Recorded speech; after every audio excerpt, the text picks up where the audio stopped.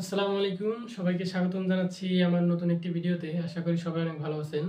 তো থাম্বনেল দেখে বুঝতে পেরেছেন যে আজকে আমি কোন বিষয় নিয়ে কথা বলবো। আপনারা জানেন যে আর মাত্র কয়েকদিন তারপরে হচ্ছে এসএসসি 2025 পরীক্ষা শুরু হয়ে যাবে।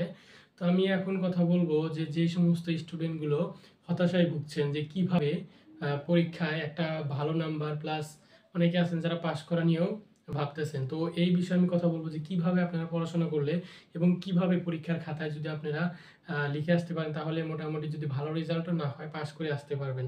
দেখেন পাশ করার কথা কথা কেন বলতেছি, কারণ ম্যাক্সিমাম স্টুডেন্ট কিন্তু ভালো রেজাল্টের দিকে তাকায়া ফেল পর্যন্ত করে ফেলায়।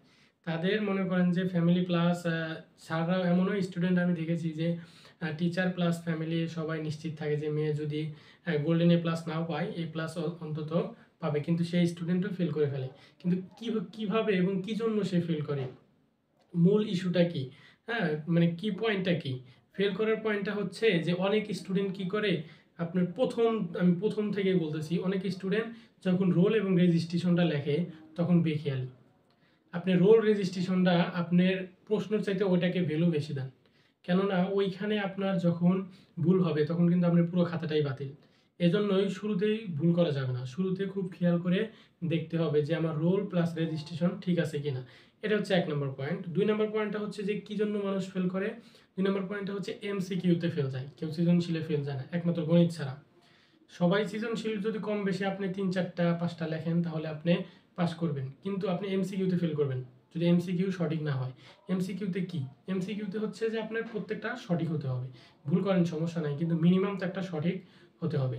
তখন কথা হচ্ছে যে যদি আপনার এমসিকিউটা ভুল করে ফেলেন তাহলে আপনার ফেল চলে আসবে। এজন্য এমসিকিউকে বেশি বেশি ফোকাস দিতে হবে এবং আপনার এমসিকিউটাকে বেশি গুরুত্ব দেন। আপনার সৃজনশীলটাকে একটু স্কিপ রাখেন। স্কিপ বলতে আমি পড়াশোনা বাদ দিতে বলতেছি না, আপনি এমসিকিউটা একটু বেশি বেশি দেখেন। আপনি দেখেন যদি আপনার 30টা এমসিকিউ যদি থাকে, ওইখানে যদি আপনি 30কে 3 দ্বারা ভাগ করলে আপনার 10 10 একটু কম পাইলে আপনি পাস করবেন, কিন্তু আপনি যদি 5 6 7 পান আপনি অবশ্যই ফেল, আপনি অবভিয়াসলি ফেল করে যাবেন। এজন্য আপনাকে হচ্ছে আপনার এমসিকিউটাকে একটু বেশি বেশি প্রাধান্য দিতে হবে। আপনি যে কোনো পরীক্ষায় যদি আপনার এমসিকিউতে টোটাল যদি আপনি 20-25 পান এবং সৃজনশীল যদি আপনি 7টা লিখে আসতে পারেন, আমি গ্যারান্টি দিয়ে বলতে পারি আপনি এ প্লাস কনফার্ম। আপনি সৃজনশীল জাস্ট ক খরা সঠিক রাখবেন, আপনি এ প্লাস কনফার্ম। এজন্য আপনাকে এমসিকিউটাকে বেশি ফোকাস করতে হবে। কারণ আপনাকে মনে রাখতে হবে যে আমার এই পরীক্ষায় সৃজনশীল যেমন গুরুত্বপূর্ণ, এমসিকিউ ঠিক তেমনই গুরুত্বপূর্ণ। আপনি এমসিকিউতে যদি ফেল করেন আপনার খাতায় দেখা হবে না, আপনি ফেল, আপনাকে আর খাতায় দেখা হবে না। কিন্তু আপনি যখন সৃজনশীলে আপনি দেখবেন স্যাররা কিন্তু সৃজনশীলটা দেখবে যে কীরকম লিখছে, কতটুকু লিখছে। অনেক সময় লেখার উপর বেসিস করেও নাম্বার দেয়, কিন্তু আপনি এমসিকিউতে তার লেখার উপর বেসিস করে নাম্বার দিবে না, তারা দেখবে সঠিক নাকি ভুল, এর উপরেই হচ্ছে নাম্বারটা দেবে। তো এই জন্য আমি বলবো যে আপনারা প্রথমে হচ্ছে রোল রেজিস্ট্রেশনটা ঠিক রাখবেন, দ্বিতীয়তে আপনারা এমসিকিউটা খেয়াল করবেন। তৃতীয় নাম্বার যেটা, যে কারণে মানুষ ফেল করে, সেটা হচ্ছে যে অনেক সময় দেখবেন যে আপনার এই সৃজনশীল প্রশ্নে ক খ বাদ দিয়ে লেখে, ঘ গ লেখে।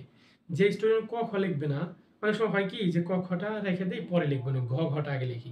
ঘ ঘটা কেন পারে? কারণ তার মধ্যে অনেক কিছুই থাকে বানিয়ে ছানিয়ে লেখার, এই জন্য আপনার ঘ ঘটা আগে শুরু করে দেয়। এটা একদম করা যাবে না। আপনার হচ্ছে ক খটা বেশি ইম্পর্টেন্ট, ঘ ঘর চাইতে ক খটা একটু বেশি ইম্পর্টেন্ট। বেশি ইম্পর্টেন্ট হচ্ছে ক নাম্বার হচ্ছে আপনার এমসিকিউর মতো 100 সঠিক হতে হবে। আপনার যদি ক নাম্বার সঠিক না হয় তাহলে আপনার ওই সৃজনশীলটা অতটা গুরুত্ব দেওয়া হয় না। আর আপনার যদি ক নাম্বারটা সঠিক হয় তারপর একটু খ নাম্বারটা দেখে, যে খ নাম্বার যদি মোটামুটি ঠিক থাকে তাহলে ওই সৃজনশীল নাম্বারে আপনার 10-এর মধ্যে মিনিমাম আপনাকে 8 অথবা 8.5 অথবা 9ও দিতে পারে যদি লেখার প্যাটার্ন ভালো হয়। এজন্য আপনাকে 3টা জিনিস মাথায় রাখতে হবে। 1 নাম্বার হচ্ছে রোল রেজিস্ট্রেশন ঠিক আছে কিনা। 2 নাম্বার হচ্ছে আমি এমসিকিউতে পাস করব কিনা, এতটুকু ইনশিওর হতে হবে যে আমি এমসিকিউতে পাস করব কিনা। সেকেন্ড হচ্ছে যে আমার সৃজনশীল প্রশ্নের ক নাম্বার ঠিক আছে কিনা। যদি ক নাম্বার ঠিক থাকে আপনার সৃজনশীল পুরোটাই ঠিক। একটা জিনিস মাথায় রাখবেন, যদি আপনার ক নাম্বারটা ঠিক থাকে তাহলে আপনার পুরো সৃজনশীলটাই ঠিক। আপনাকে মিনিমাম হচ্ছে 8 অথবা 9 দিতে হবে ওই সৃজনশীলে। তো এইভাবে যদি আপনারা একটু খেয়াল করে ভালো করে পরীক্ষার খাতায় লিখে আসতে পারেন, আমার মনে হয় যারা দুর্বল স্টুডেন্ট আছেন আপনারা এ প্লাস নাও পেলে 4.5 পয়েন্টের উপরে পাবেন। কথাটা মনে রাখতে পারেন অথবা আমাকে ট্রাস্ট করতে পারেন। তো আজকের ভিডিওটা এতটুকুই। যদি এই গঠনমূলক ভিডিও থেকে আপনাদের কোনো উপকার হয়ে থাকে তাহলে অবশ্যই কমেন্টে জানিয়ে দিবেন এবং অবশ্যই চ্যানেলটাকে সাবস্ক্রাইব করে দিবেন। ধন্যবাদ সবাইকে। আসসালামু আলাইকুম।